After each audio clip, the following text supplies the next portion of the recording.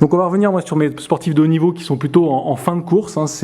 Ils vont tous avoir une prothèse dans le genou, les sportifs, ça c'est certain. Donc ils voudront continuer à faire du sport et à nous de pouvoir leur permettre cette activité. Juste là, on parle de court séjour. Je ne vais pas vous parler d'ambulatoire strict. C'est pas du 24 heures, enfin pas du 12 heures, mais plutôt du 24 heures. Et juste pour resituer le sujet, ça c'est les DMS qu'on a en France aujourd'hui sur la hanche et le genou. Donc là, je vais vous parler du 36 heures, il faut savoir qu'en France, on est entre 5 et 6 jours de DMS. Ça veut dire qu'il y a des gens qui le font en une journée, c'est 1% des chirurgiens en France, et on sait très bien que ça dépassera jamais les 5%. En revanche, on est à 5-6, ça veut dire qu'il y a des gens quand même qui restent 10 jours. On comprend bien quand on est 10 jours à l'hôpital, on a une autonomie qu'on ne peut pas acquérir tout de suite, puisqu'on est sympa, on est bien, on est au lit, on nous apporte le repas, quelqu'un vous frotte le dos et les fesses le matin et le soir, donc on a une récupération de l'autonomie qui est un petit peu réduite. Ça, c'est pour les durées de séjour, et quand on regarde les retours à domicile, ils se font dans 70% des cas pour la hanche, les retours post-opératoires à domicile, et quand on regarde le genou, on n'est que 1 sur 2. Et là aussi, on comprend bien que si jamais on va dans un soin de suite, on n'a pas la même autonomie que si on rentre à la maison. Donc c'est un vrai enjeu pour la reprise de l'autonomie, donc le gain de l'activité, de trouver des moyens de refaire retourner les patients à domicile et de les rendre autonomes. Et ce qui a permis tout ça, c'est ce qu'on vous a dit tout à l'heure. Déjà, c'est la réhabilitation améliorée en chirurgie. Au début, on appelait ça la RAC avec 2 A, réhabilitation améliorée après chirurgie. On a barré un A parce que c'est pas après, c'est autour de la chirurgie. C'est-à-dire que c'est du pré-op, du péri-op et du post-op qui est important. Et ça, c'est le schéma de Kellett, ça a maintenant 20 ans. Nous, on regarde ça maintenant en disant c'est génial, on a trouvé un truc génial. Ça a 20 ans, c'est Enrique Kellett qui a mis ça en place et qui a pensé ça. Moi, c'est un peu mon maître à penser, j'adore cet homme, et qui a bien montré que quand on optimisait tout autour du patient, pas améliorer, c'est optimiser en fait, parce que si on améliore, ça veut dire qu'on ne fait pas bien avant. Donc en fait, non, on optimise autour du patient. Quand on optimise autour du patient, eh bien, on va diminuer les complications liées au stress de la chirurgie, les complications infectieuses, les complications thromboemboliques, les troubles cognitifs du patient. Donc plus on va vite, moins on a de troubles cognitifs. Donc tout ça va l'améliorer. Et ça, c'est vraiment l'objectif, c'est l'optimisation. Et de cette optimisation, on va en tirer quelque chose qui est la finalité, qui est le court séjour.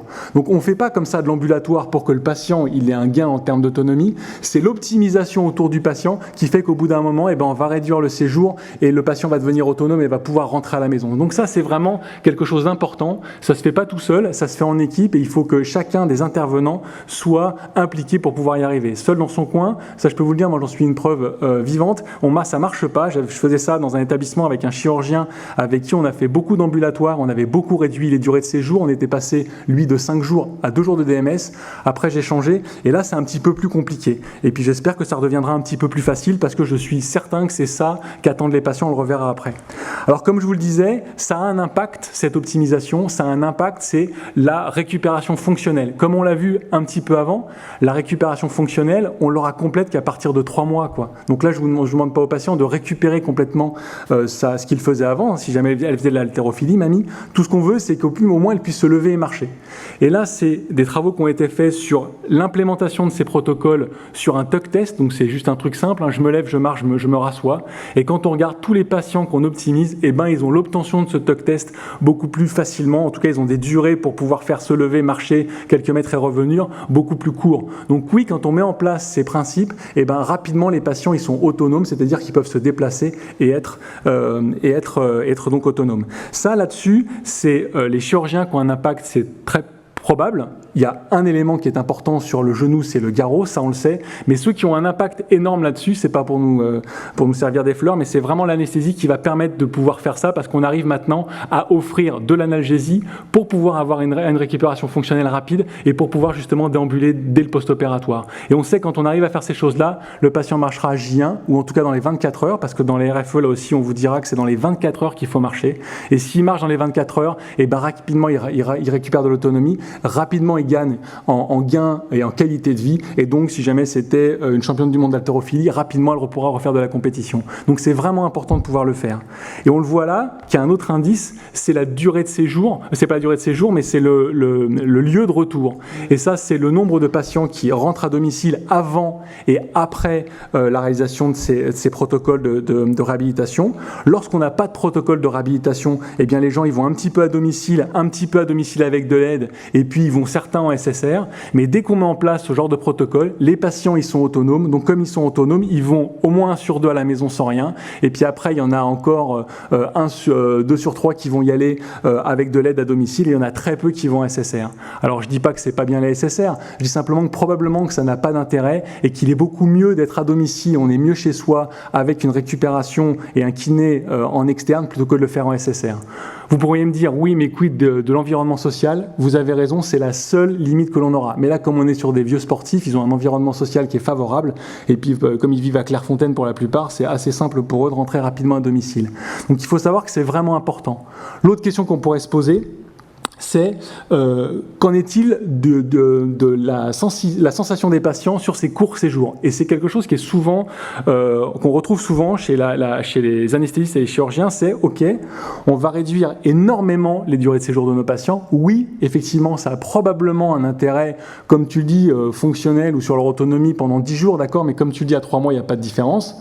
Mais bon, ces gens-là seront aussi âgés et auront envie aussi d'aller faire pipi tout seul et de se sentir un petit peu autonome tout seul.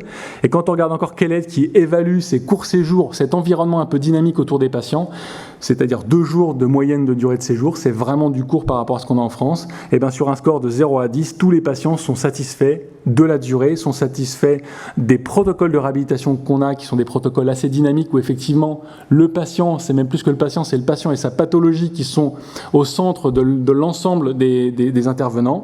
Ils sont aussi contents de la procédure de la sortie, donc une procédure de sortie à domicile. Donc on est vraiment sur quelque chose qui est apprécié et qui a un intérêt fonctionnel qui est important. Donc c'est vraiment quelque chose qui est l'avenir de cette chirurgie orthopédique arthroplastique.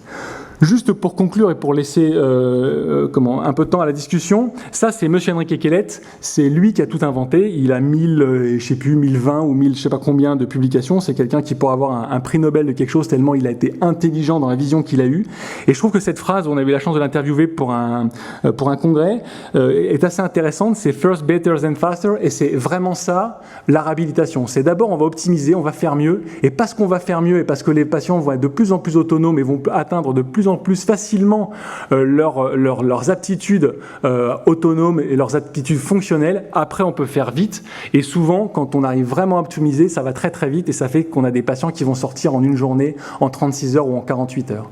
Donc voilà comment ça peut se faire, et si vous avez besoin de ça, je crois que Mario vous avait dit qu'il y avait des gens qui étaient ok pour le faire, donc effectivement il a raison, il y a des super héros, il y a donc Mario et Frédéric, mais comme on était un petit peu plus vieux, je vous les ai mis dans leur version un peu moins jolie. Je vous remercie.